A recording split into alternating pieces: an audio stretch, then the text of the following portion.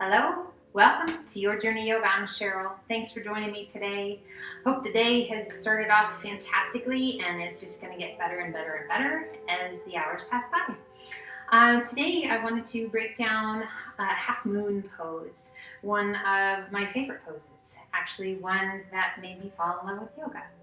I just thought it was challenging and fun and just felt super cool by the time that I was able to get into half moon. It is a intermediate to advanced pose, so be kind to yourself. Have a sense of humor, be patient with yourself, go at your own pace, modify where you need to. So a great way to modify is to use a block. If you have one, if you don't have one and you have a fairly wide book or something else that might mimic the size and shape of a block, that would help you kind of, so what it's doing is it's lifting your hand up a little bit higher, so it's not going to be quite so intense of a stretch through the hamstring. So a couple ways you can start. So I will show you here, taking a hold of the block, and you're going to start with the block in your hand. We're going to start with our right leg, turning the right toes towards the top of your mat. And we're going to take a big step back, almost like you were going to come into a warrior two position, maybe not quite so far. You can actually come into half moon pose through warrior two. So this is just a breakdown to get into the pose from a standing position. We extend the arms out like we would in our warrior two. We bend that right knee and a little push up so that we are just balancing on that left big toe.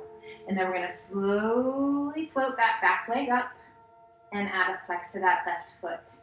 Core is strong.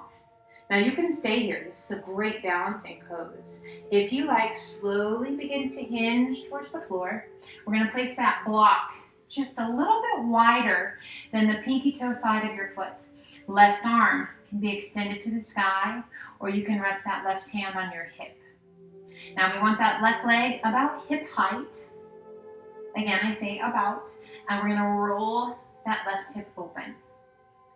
If you like, that left arm extends. So we're working to stack our shoulders, to stack our arms.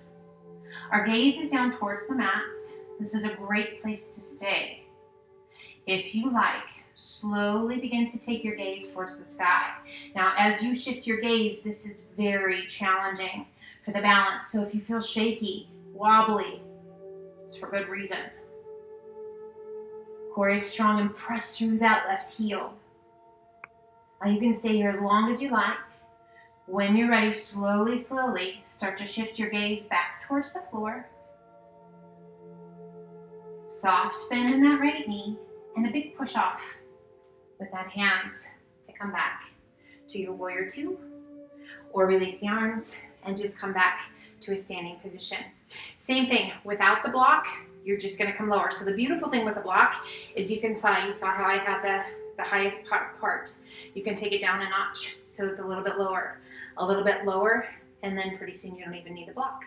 So same thing, without a block, coming from that warrior two position, we turn our palms towards the side of the room.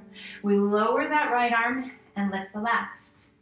Transitioning the weight forward just like we did with the block.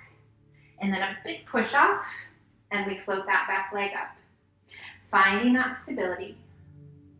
Keeping that strong core. Add a flex of that left foot. Slowly we begin to release the hand down, a little bit wider than the pinky toe side of the foot. And we work to roll that left hip open, to stack the arms, to stack the shoulders. So this beautiful long stretch through the waist, through the hip, down the back of that supporting leg. Strong. Now a revolved half moon, slowly releasing that top arm down so that left hand is going to come to the floor a little bit wider than the big toe side of your foot. And then we're going to rotate our body around and extend right arm to the sky. Breathe. Balancing, flexibility, strength, all rolled into one. Slowly releasing that right hand down, this time bending that supporting leg. Big step back. We come to a warrior one. Stepping forward to mountain. So that is our half moon and revolved half moon. So using that block, you can see that by lifting the ground to you can be really beneficial as you progress through this pose. I hope you fall in love with half moon as much as I love it. Doing it on both sides. If you have any questions, comments, anything, let me know. I wish you all the very best. Until the next time, namaste.